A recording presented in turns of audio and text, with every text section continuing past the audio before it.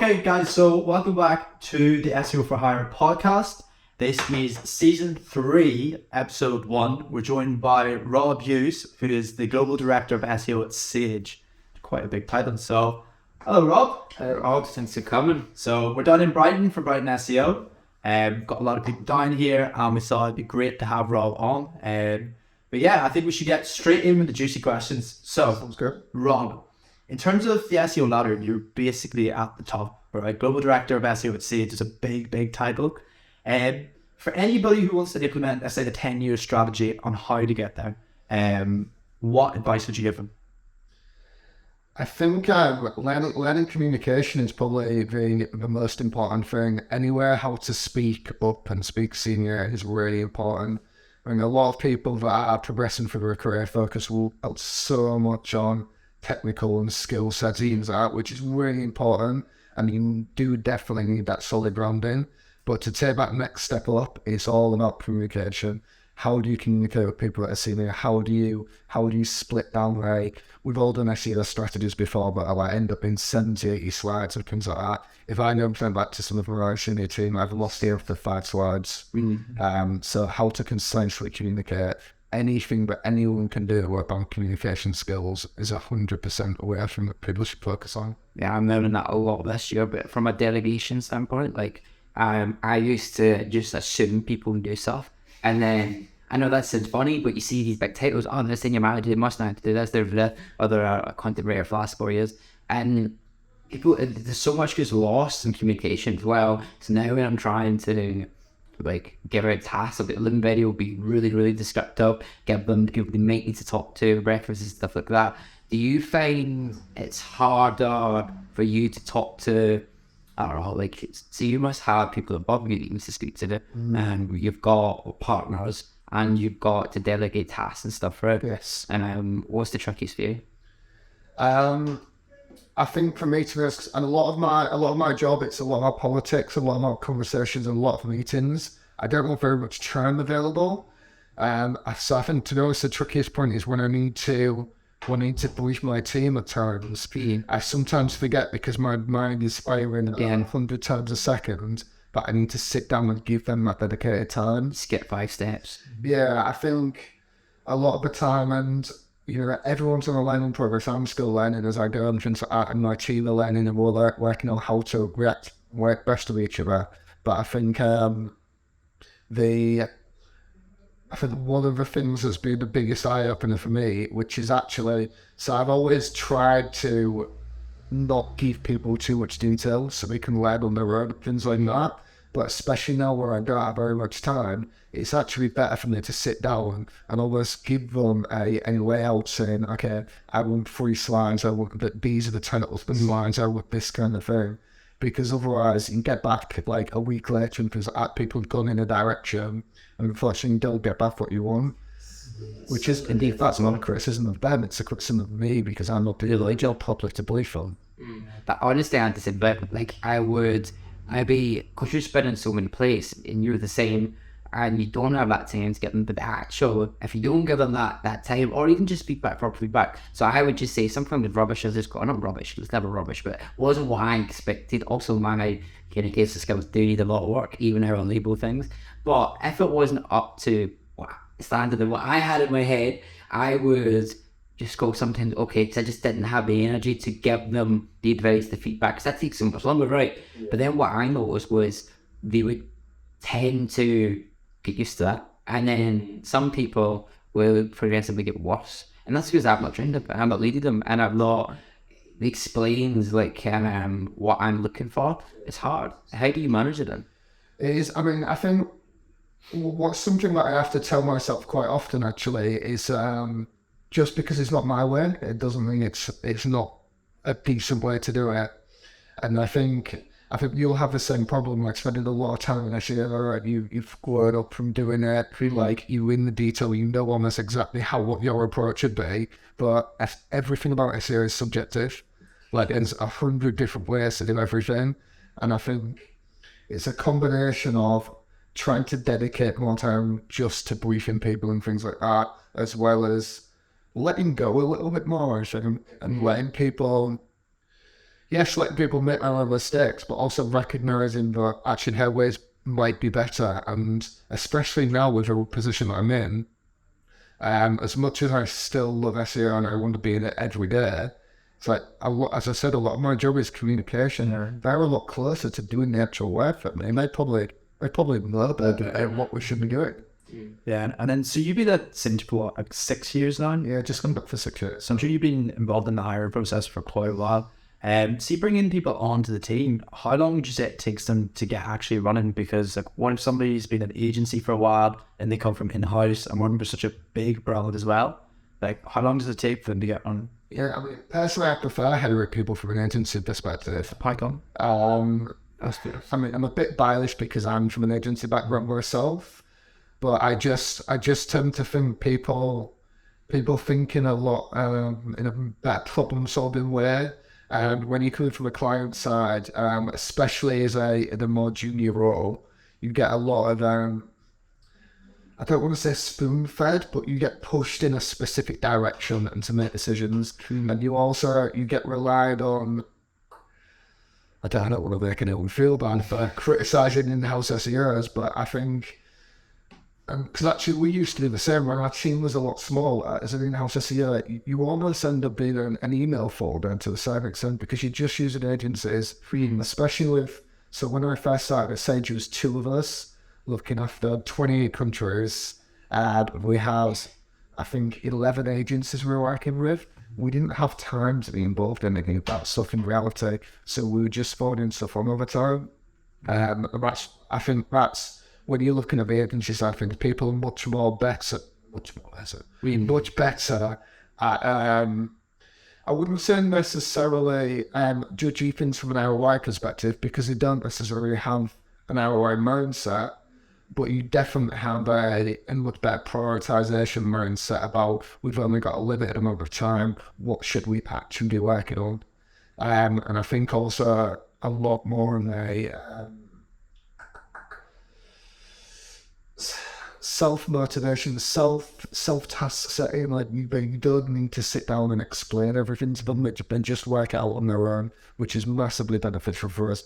Yeah, we're a pretty large team now with 13 people, which is pretty big for an in-house team, but it's still, considering the amount of stuff we've got to look after, like, we have to hire people that are capable, and we can just set them in a direction and make them look their work, other problems on their own. And really, like, I'm really proud of it, as I said. I think it's one of the best in-house teams to be honest, even from the agency side, like, this is the team I've got now, is the best team that I've ever had.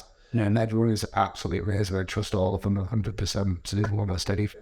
And so you've got 13 in the team. Yeah. All remote. Yes. Most of them anyway, for the most part. Do you use any kind of like task management apps? Like, how do you make sure that everybody's staying on top of their stuff? So we run everything agile now at Antin, which has been something that we've moved over to in the last probably 12 to 18 months, and it's been a hard slog, to be honest. I mean, moving in that direction. We use Workfront, which is Adobe. And to be honest, the reason we use that is because that's what the whole company uses, so it's much easier for us to integrate everything that way. But we've spent a lot of time customizing everything, so we've got a really solid workflow that goes through, not necessarily from a specific process about this is how you do that task, but we did all of our communication on a piece of work through that platform, so that anyone at any point, we've got a definition of a bunch of custom statuses. We know what everything means, we know where everything is, and we've built loads of custom reports as well for the business. These are the business has access to our backlog and our key things, which makes it so much easier when you're dealing with the amount of stakeholders. We've got something like Sage, where we've got people asking us for stuff all the time, which is amazing, because it means that people are really bought in and people really back SEO, they really want our work. But again, with a limited amount of resources, only so much we can do. And so again, using this solid process and rigid process, it means that we can build a custom report, say for the UK team, and we can go to them and say, okay, we've allocated you 80 hours this month. This is all the work that we're doing that's going to take those 80 hours. If you want us to do all this stuff that you're asking for as well, that's fine. But then it's on you to delete these things. Okay. And I think it's really interesting, again, working for such a large company. Because obviously as a global team, we have our own global targets, but we're not ultimately commercially responsible for the performance of our products on our site. It's the local marketing are. And that's why I say we work very much like an agency. So as if somebody comes to us and says, we want you to do this instead of that, we'll have a look at it and we'll go, okay, fine, yeah, cool, that's not a problem.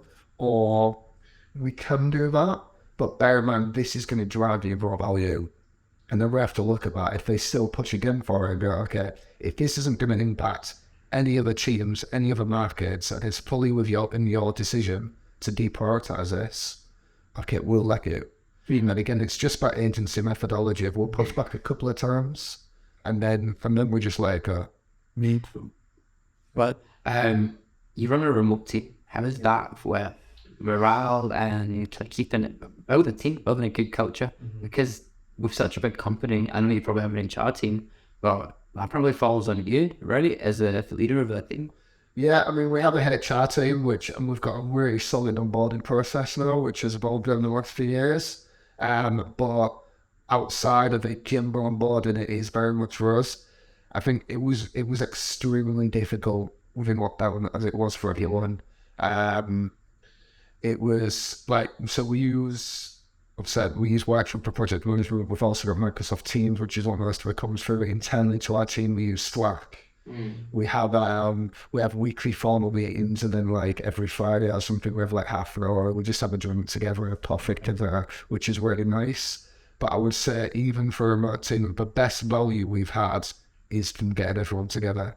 It's expensive for me to get everyone together now. Obviously, as the team's grown, and that we're flying people from the US, Spain, France, etc., etc.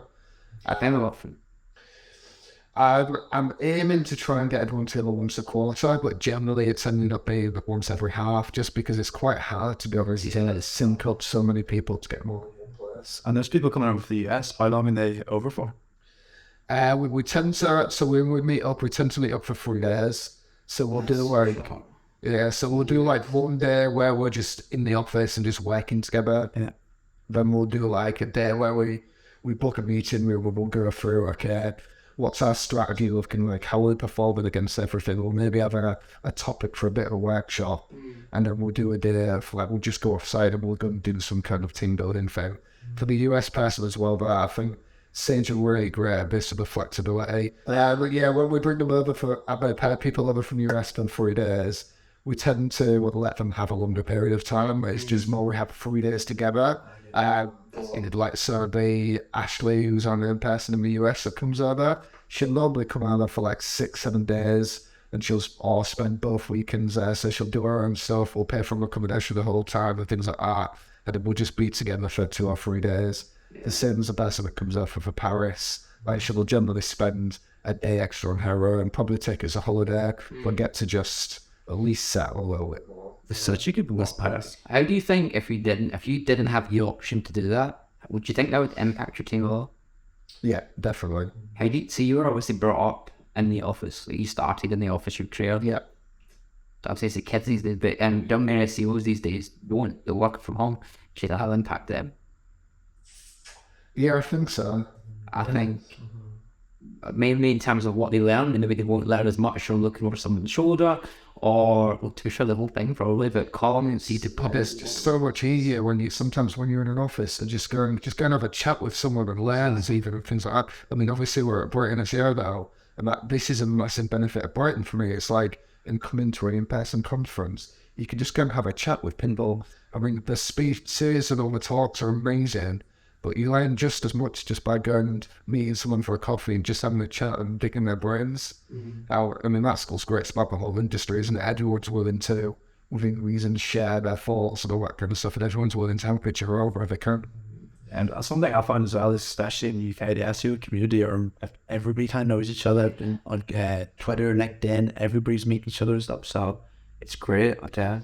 But yeah, I think, go back to what you're saying there, for junior staff, like, we don't know how many are junior in the team of a project, but everyone's pretty sufficient, and they have at least 3 or 4 years in function because of the place that our teams are. as we grow, we're going to be looking at bringing more junior staff on.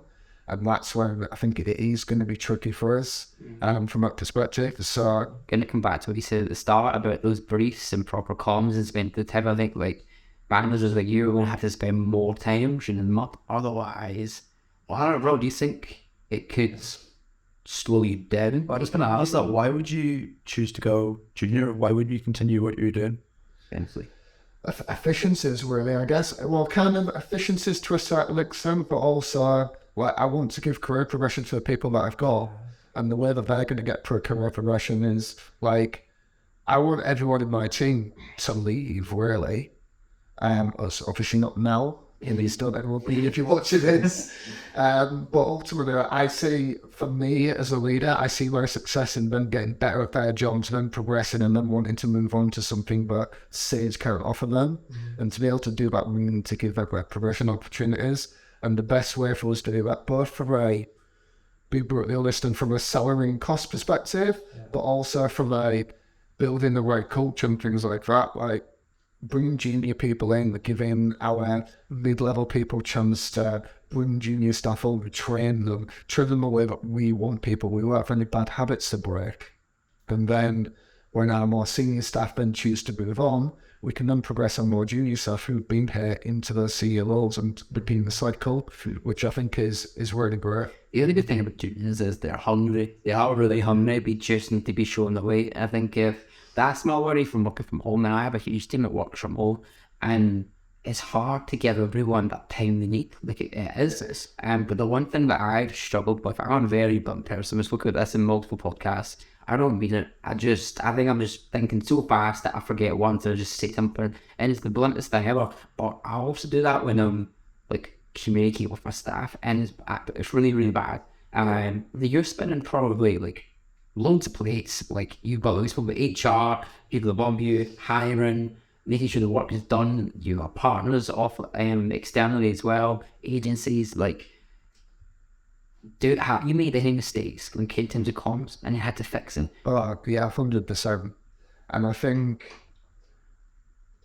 think what, and this again, it's really interesting advice for people that are coming up in their career and stuff like that. Like everyone is human, everyone makes mistakes. But the right thing is about community openness. Yeah. So I remember someone that doesn't work with anymore, unfortunately. But it was a similar thing that the same, right? I think I had like 5-10 minutes out of a meeting. I needed to brief them on something, and I gave them a brief. And it came back, and I had another 5 minutes between meetings, and it was nowhere near what I wanted. And unfortunately, because I was rushing and I didn't have the time or probably the knowledge at this point to think about how I was approaching conversations, like I just went, boom, boom, boom, boom, boom, this is on, getting to sort it. So, yeah. And I really upset this person. They went away really upset. Really broke them for the day, effectively. If you know what it's like when you get in your head, you lose all your ability to progress. But thankfully, this person came back to me the next day saying, "How by the way that you said this, like I took it like this, da da da da da," and it gave me the opportunity to repair it. Which, to be honest, it's their benefit. It's from them, but from me. So I didn't even recognise that I'd done something wrong until they came and pointed it out to me. And then it was like, that loud. Yeah, now you're saying that I can completely see how that got mistaken. Like, I didn't mean it like that at all. Great effort, really appreciate it. Let's sit down and go through it again a bit more slower and things like that. I had a member of staff, like, and this really upset me because we were on a call and I don't know what we're doing anymore.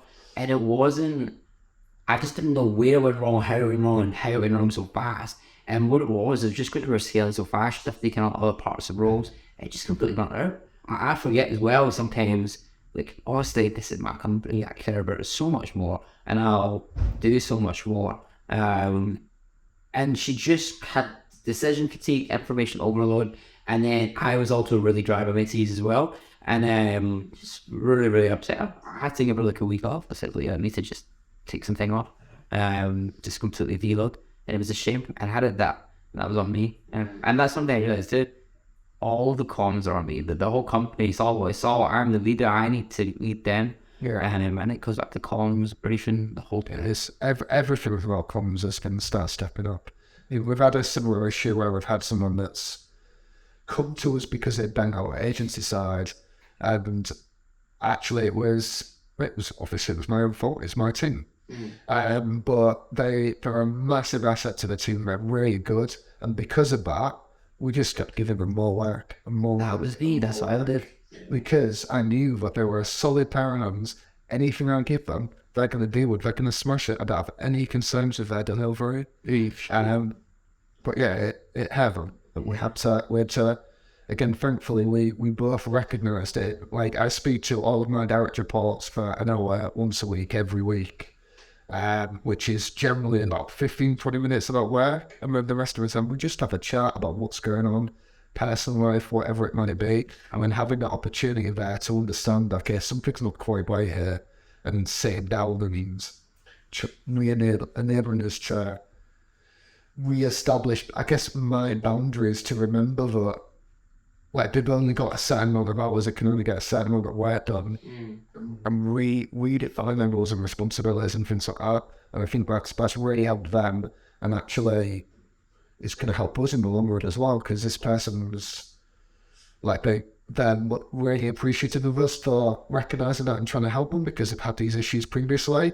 but also actually refocusing them and working out, okay, what do you actually want from your career?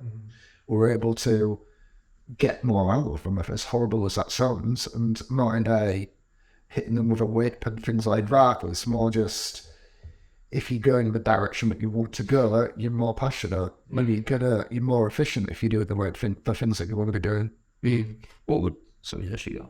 So I was just going to ask, so just on the topic of like agency versus in-house. So you've come from an agency background, and we're kind of speaking on the topic of burnout. There's a lot of people that have got a lot going on. Agencies grow fast, very fast paced. So obviously with in-house, especially Sage, like we've actually done business with you guys before, and like the procurement team, it took like a long time to go through stuff, and it takes a lot of time to get things signed up. Yes. Do you notice that in-house, especially in Sage, that there's a lot less kind of like burnout, and it's kind of like more slow paced, even though you're dealing with like bigger budgets? But interesting. I don't think so, actually. I don't know if this is the case at all big companies. This is my second client side role that I've had. And they were both pretty similar to this, but I mean, my previous role was at Fast Fashion, so you'd expect that to be really quick. Sage is really interesting because there's some things that are really, really slow, as you've said, like legal, procurement, the things that need to be, where we need to cross the T's, dot the I's. That's really slow and done properly. Actually, getting commitment to start a project and getting that buy-in from the right people is slow and it's frustrating. But then you get the other side of things where when people are bought into it, like suddenly all hell breaks loose. Like everyone is running at 100%. What teams do you work with internally closely? I think the teams we work most closely with are our web strategist teams and our marketing VPs and our campaigns teams and brand PR, and also our web conversion optimization teams. I need to work quite heavily with. What was the challenges, and kind of what have you enjoyed most working with your CRO team? The CRO team are absolutely amazing at Sage. Like they've driven so much value, and our conversion rate has gone up so much in the last couple of years. Like there's no way that you can discount them, and there's a lot of really, really, really smart people there. I think, on the inverse of that, they are very. It's a good thing and a bad thing, I guess. They're very, very target focused, which is great. But sometimes we need to then remember to sit back down with them and go, okay, that's cool, but there's no point in having a 5, 10, 15, 20% conversion rate if we're de-optimizing pages and we can reduce the traffic to them. And I think that's some of the most interesting things about them. It's about, I think a lot of SEOs discount the conversion rate optimization a lot, but especially client side. When I first started there, and even now to a certain extent, a lot of my goals and targets are based on traffic growth. But really, traffic growth doesn't mean anything. We need that revenue. And actually, what a lot of stuff we can do with our conversion rate team is looking at user journeys as much as anything, and helping us build those cases to say, like, for example, our blog, what value is our blog actually driving? So we did some analysis.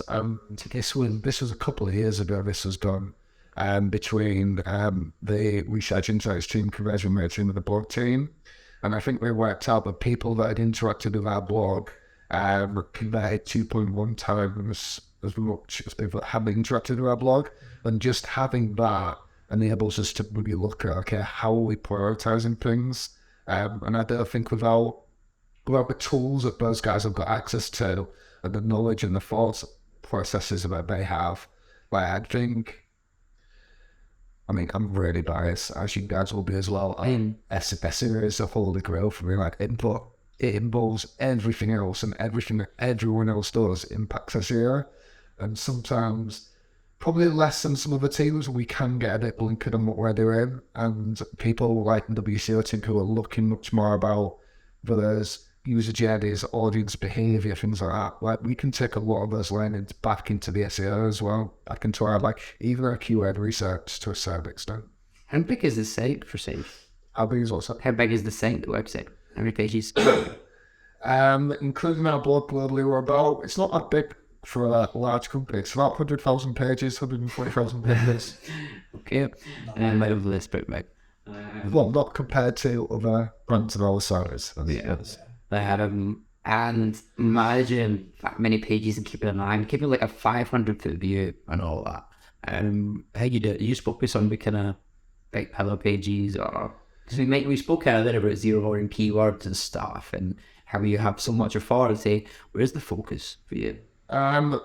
Yeah, the focus really is on those big pillars. So we do a lot of prioritization. We have to be really brutal with our prioritization. So we've just started our new financial year this week. So this Monday, our new financial year started. So the last 2 months has been really tough. Speaking to paid search teams, understanding where investments go and things like that, and then mapping all of that back against our resource. And I think one of the things that we're doing a lot right now is, so next week I'm taking our massive strategy and going to present it to all the directors of all the different departments to say, just so everyone's aware, this is what we're working on, to try and get buy-in so that then we can go, okay, if you come to us with something else, like, we're probably going to say that, like, this is what we've agreed to work on. We aren't focusing on anything else. How does it work? So, like, if you get, I don't know the ins and outs, but say there's 10 people you buy in from, do you get so much strategy per buy-in, or do you just get, so much money per buy-in, or do you just get, that's your budget and that's it? So at the minute, our budget is central. So it's all done by business cases that we're pulling together and all that kind of stuff. We're going to go to our finance team to get buy-in from. Cool. We're considering changing that a bit, actually. And what we're looking at for next year is to try and get local buy-in of local people, to local teams to submit and contribute to that budget. When you say local teams, did you just have like 300 products, right? Is that right? Am I misquoting you? No, we probably have about 300 products, but I think there's maybe 10 that are our core products that I can move more to the cloud and SaaS based. So when I'm talking about local teams, I'm only in markets, so countries, Right, okay. that have their own marketing budget. And that's not really because we need the budget to be able to solve that. Obviously, more budget is always better. We can do more stuff with it. I think it's more of a, even at a company like Sage, where about 60, like, organic is our biggest channel. 60% of our revenue comes from organic still, which is massive for like a FTSE 100 company that's doing like 1.5 billion revenue and things like that a year. But people still chase the investment. So paid search, don't get me wrong, paid search is massively important for us and any other brand. But sometimes SEO still gets forgotten about. And I wouldn't say that's a purposeful thing. It's just the nature of the beast, unfortunately. Like, people need to be more efficient with their money, and when SEO is just continually driving results, and we're almost at a low worth element because we're just doing such a good job that people leave us alone and forget about us. Whereas if we can get that buy-in and get our local teams to start investing in it more, then they'll probably consider us more upfront rather than just trying to fix things in a lecturer perspective. See, 300 products, you said 10 main products. I'm assuming it's a lot of products for SaaS, especially what you guys sell. You must have a lot of competitors, and probably a lot of competitors that only solely focus on the one thing. Yeah. Any particular challenge with that? Yeah, I mean, I think when you look at, if we take accounting software as one of our niches, certainly in the UK, our main competitors are like FreshBooks, QuickBooks, Xero, people like that. Like they're all,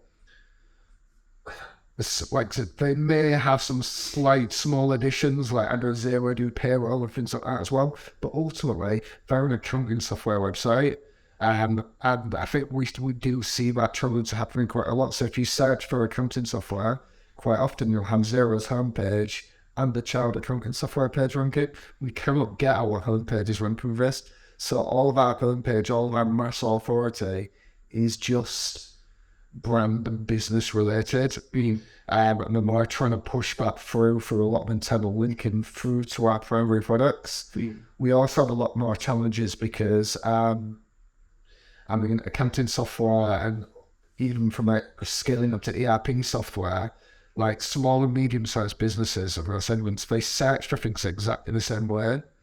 So we have like 2 or 3 core products that are ultimately trying to drive performance for the same thing all the time. So we have a lot of internal cannibalization of what they were. It has to be really challenging if you create like a supporting piece of content that could push multiple tools.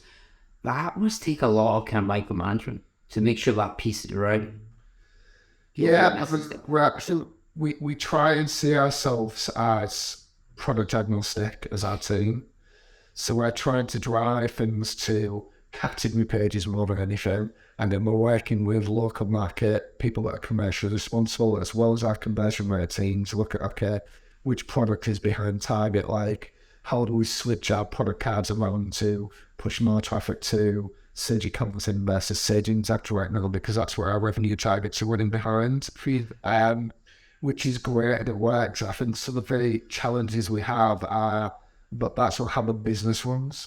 So from a strategy, from a tactic point of view, we need to be product and category and segment agnostic.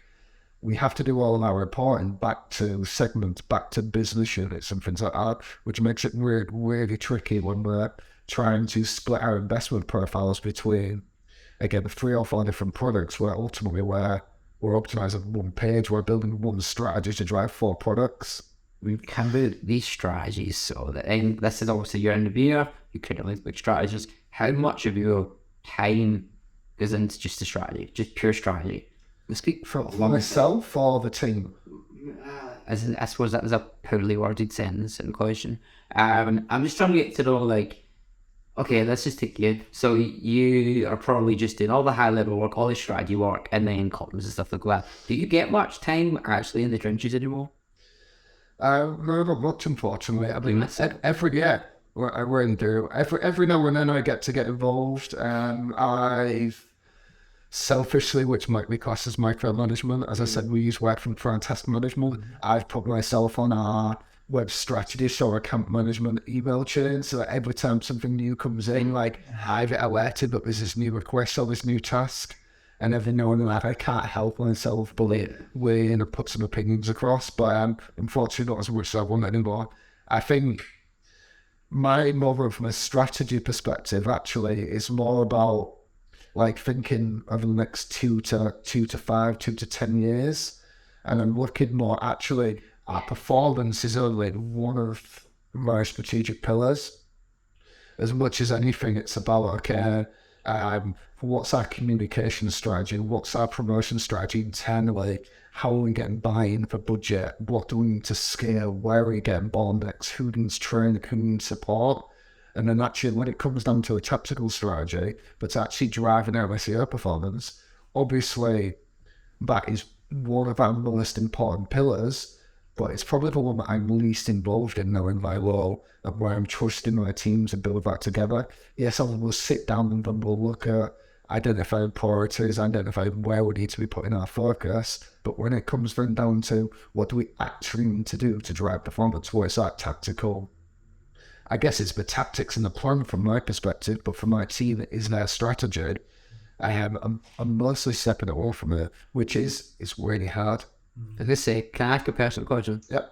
Do you think you'll ever want to go back to being in the trenches? Maybe you're on to one day. Yeah, I think so. I mean, I still do it, to be honest. It's like not so much SEO right now because I flick my personal passions and projects. I'm doing a lot of I'm learning a lot about AI and ML and things like that in my own time. So I spend quite a lot of time like trying to build tools and things over weekends and stuff. Just because I want to stay involved. Can you code? Yes. Well, I'm use .NET, Python, PHP, JavaScript. Oh, cool. I know. And if you were to go like I don't know, let's just say solo, do you think it'd be hard? It could be tough if you're so used to everything these huge budgets. I think you've got to think about things in a very different way.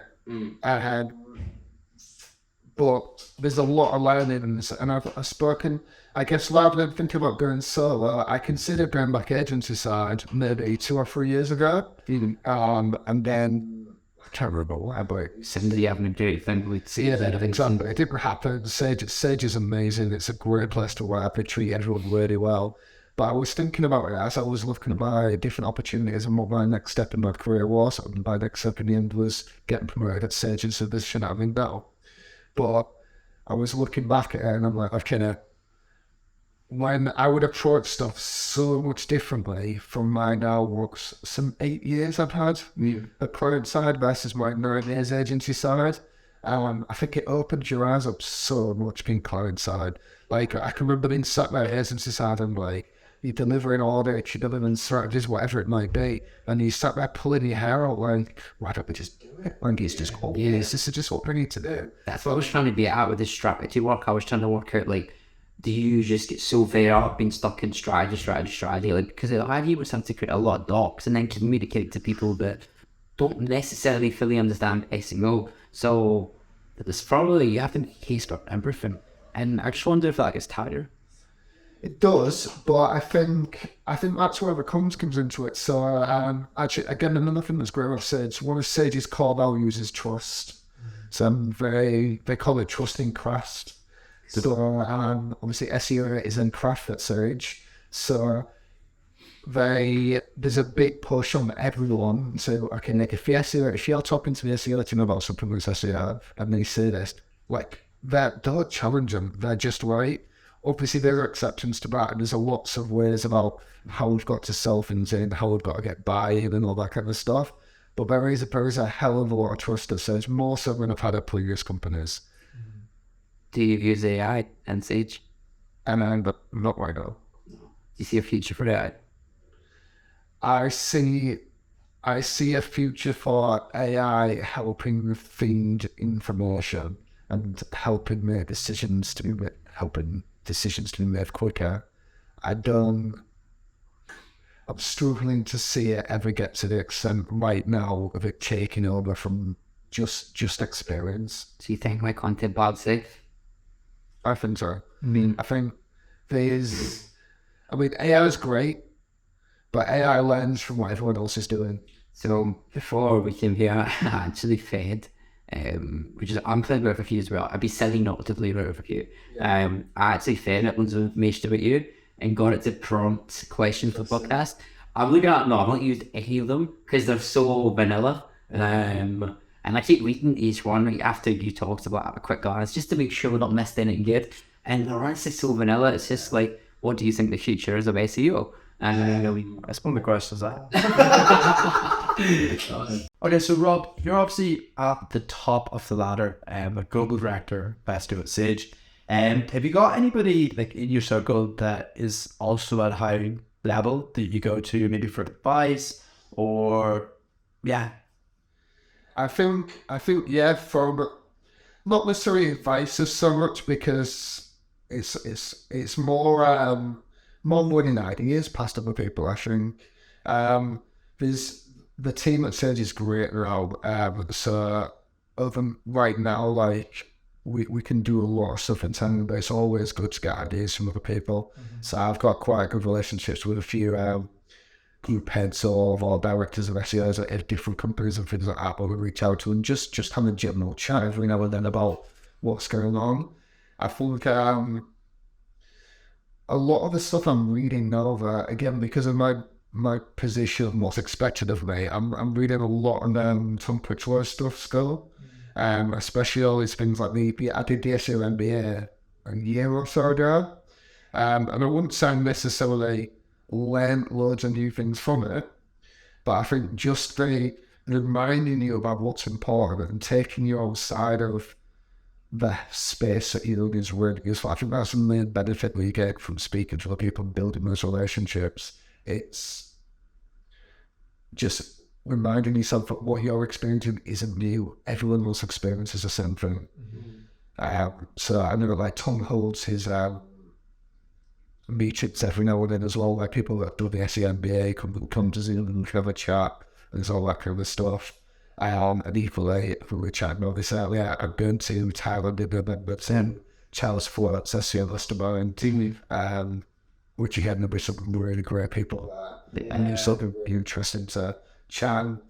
I guess as much as anything, as much as asking for advice, it's almost that peace of mind that what we're going through isn't unique. Everyone has the same challenges, and everyone's working together and everyone's willing to work together to try and share them. Like, even, especially from an agency perspective, which it doesn't impact me as much anymore. I used to look at it when I was early in my career, like, we're competing against this agency, we're competing against that agency. So even, not that I particularly have conversations with people like Zara and QuickBooks, but like I have no hesitation of doing so. Like, SEO know it's as much about the brand as it is about your tactics. It's like, I think there's enough of the pie to go around to everyone, but we can all help and share with each other to benefit more. What about like how has SEO and your position and like management impacted your own life? Like, how have you found it negatively impacted your health at any point, and how you become?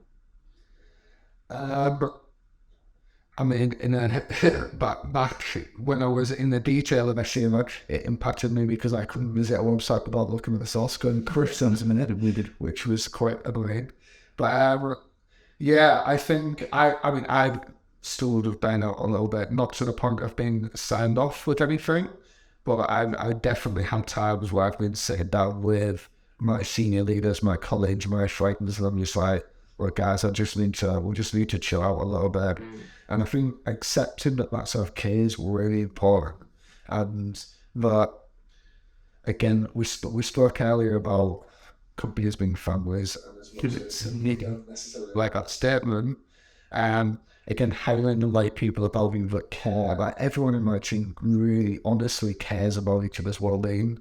And I sat down with my team before and going, guys, I'm really struggling at the minute. I'm going to be scaling back. I'm just going to do like, what do they call it now? They call it, like, is it Bruce quitting or silent quitting, where you just start doing your I might have that term. I saw it on the podcast the other day. It's like, where people it's gone past the great resignation, people aren't quitting them on, they just start to just do, I will do what's in my roles and responsibilities and nothing better. But that's not like a benefit. That's them doing it, and they're not asking to do that, right? Yeah, they said, why not? Like, the company wants more from us, but we're not going to do it. We're going to give them the bare minimum we can do without getting fired. Probably a correlation with working from home. I don't think anyone knows how to work from home. I think it's tough. I've been doing it long well. I've been doing it before COVID. I think it's so hard. I think you don't have. I'm definitely way less confident now. I'm definitely way happier just being on my own in my room, isolate myself more. You're lucky because you always force yourself to do it. But you're also you're in a big city and you're in a really decent building with the pill, the salt and stuff like that. Well, we don't have that. And especially where Boomer really is. And then working from home just throws it in, makes it hard. Well, I've had to have since I started saying stuff for 6 years now. And it was really funny when we were into lockdown, and people that weren't used to being in lockdown and going to offices and things like that. And we turn around and there were stories going around with the team like, I can't believe that I've got to do this, this and this. And then I'm looking back at my life and I'm like, is that not normal? That's what every day is like for me before lockdown. And I think that, so that was a big recognition for me as well. But I'm like, all right, cool. I'm very passionate about what I do. Like I'm all different kind of person with honest education what I do. And I sometimes find that it causes me issues at work as well, because like I even now, and it's chunks, it's not bad. I'm actually going to get told off by my leaders for doing this. But sometimes where I'll do like 24, 36 hours straight working, because I just get bored into something that just all want me. Yeah. It's not healthy. So you're passionate, it impacts your sleep, or does it? Listen, because people don't talk about this. They actually don't talk about it. Everyone just shares the good. And I think it'd be really nice for this podcast to start talking about that long. I really feel passionate about it because I know what it's like to be so addicted to your work, where I remember where I had this, but it's like an illness, and it is actually an illness to be so passionate. Where because I'm passionate this shit to me, I used to get really pissed off at before in February we were going to go on holiday to Portugal, and I was just like, oh, I don't really care about what's on board, I don't want to get time. And it was only like a week before where I actually agreed to come, and you must have been getting really pissed off for me. Oh Yeah. They were getting really pissed off for me. Yeah. But I was so paranoid about leaving as well. It just impacted me so much. I've had similar situations. Recently I've had issues where I've missed like 40th birthday parties because there's been something going on and I've just not felt comfortable with walking away from it. Even realistic, like nothing's gonna happen. I can come work there in a couple of days, but I've just not felt right. Like this is very personal, but I've had a major relationship with mine break down and ended up in divorce and things like that purely because of this fact, because I couldn't step away from work. And the acid is really bad. And what did you do to pick? Would you say you're still in that place now, or what steps you take to help with that? I mean, ultimately I ended up getting divorced, which wasn't great. I had a long shot, obviously no one wants to be in that situation. But I think that's opened my eyes a lot. I think and sharing that, communicating that with my team, with both my senior and my colleagues and my employees that work for me, and sharing not necessarily the details, around the problems and the challenges that I've got and that they've got, and where everyone has similar challenges, and just that ability to walk away and just go, you know what, actually it's 4:30. I'm just done. I'm gonna go walk the dog. I need to go do something else away. And even to the point of I have to, like, I listen to a lot of like podcasts and things like that, fantasy stuff and things, and I have to do that like when I go for a walk, because if I don't, I'll get on my phone out again, I'll start replying to messages. Like, I need to force myself to do something else. And it's a conscious effort now to disconnect. Yeah, and it's about those disciplines in place. Like, so for me, I go for a walk first thing in the morning. It's just to get the steps, the head clear, get sunlight, wake myself up. I try just not to be on my phone. And then when it's work time, it's all go. And then again, I'm lucky if I have a gym and a spa in my building. So as well, going in the spa, you see a lot of people in there, and like they're in the jacuzzi and they're on their phones and stuff, and people just don't switch off. I make a point to leave my phone in the locker, and then when I'm in there, it's like it's time off. I went and then sorry if everyone says something. I was in Africa. I was literally beside huge fucking elephants. Beautiful creatures. I suppose my mind every time I was so consumed into work. I was so pissed off. Do you know what it was? The stimulated we use of a graphic work. He pissed me off so fucking much. It was one of these ones where you pay for so many hours and they were just trying to mug me off left, right and centre. If they didn't give me a refund, I would definitely call them and just say, but they fucked me off so much. And it just, for me, that meant so many lead magnets and stuff. I only just got lead magnets posted. That was 2 months ago. And there was so many backlogs because of this. I said this huge fucking elephant, and I would try and be present with it, but I just kept getting like fucking things in my head and kept getting off, and I was just so angry, and the ruined the experience. Because like I rang you, I was like, because I seen the videos, it's like beside this massive elephants, like 3 tons stuff in South Africa, and I rang him, I was like, So I've done it before, and I was like, how amazing is that? Like, how gentle are the beasts and stuff like that. And he's like, bro, I wasn't there. Like, I didn't even take it in. And they are beautiful creatures. I know creatures, yeah. So it's a shame. But do you know what? Thank you for sharing that, because most people wouldn't. And I think people will look up to your position, and do you know what? Overall, people probably could resonate. I could. I think a lot of people will. I get a lot of my frustration up from I reply to emails and then delete them again. Please don't actually hit send on Horizon. Jesus. Yeah, start replying to an email basically. Not in an aggressive way, not in a ranty way. And just, You did. That was so good.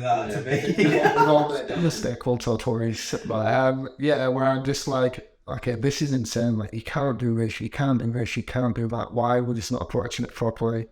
And then I'll leave it for a little bit and I'm like, you know what? It doesn't matter. It's not important. It's just marketing. It's just work. Like, nothing. No one's gonna die about it. Why start an argument? Why get myself frustrated? Why get myself more wound up when I can focus on something else? There's I can't remember the numbers, and it's gonna go over if I can't remember the numbers. But I saw this meme or whatever the heck it was ages ago, and it just always reminds me of if you're walking down the street and you were like, I think it was like 10,670 quid in your pocket, and someone stole £10 off you, like, would you waste the other £10,000 trying to get that £10 back? And it's like, that's how many seconds you've got in a day. If someone do a job with 10 seconds, you do for the whole of the rest of your day nowhere to get the rest of 10 seconds more. We could talk about another hour on this, because I was really, really bad with sitting and stuff. And honestly, I feel like we could do another one on this, but we've been doing about an hour and a half, maybe a bit more on this, so we should wrap it up. And I think it's been insanely out. Thank you so much for coming on. I think that was fantastic. It was really, really good. Good.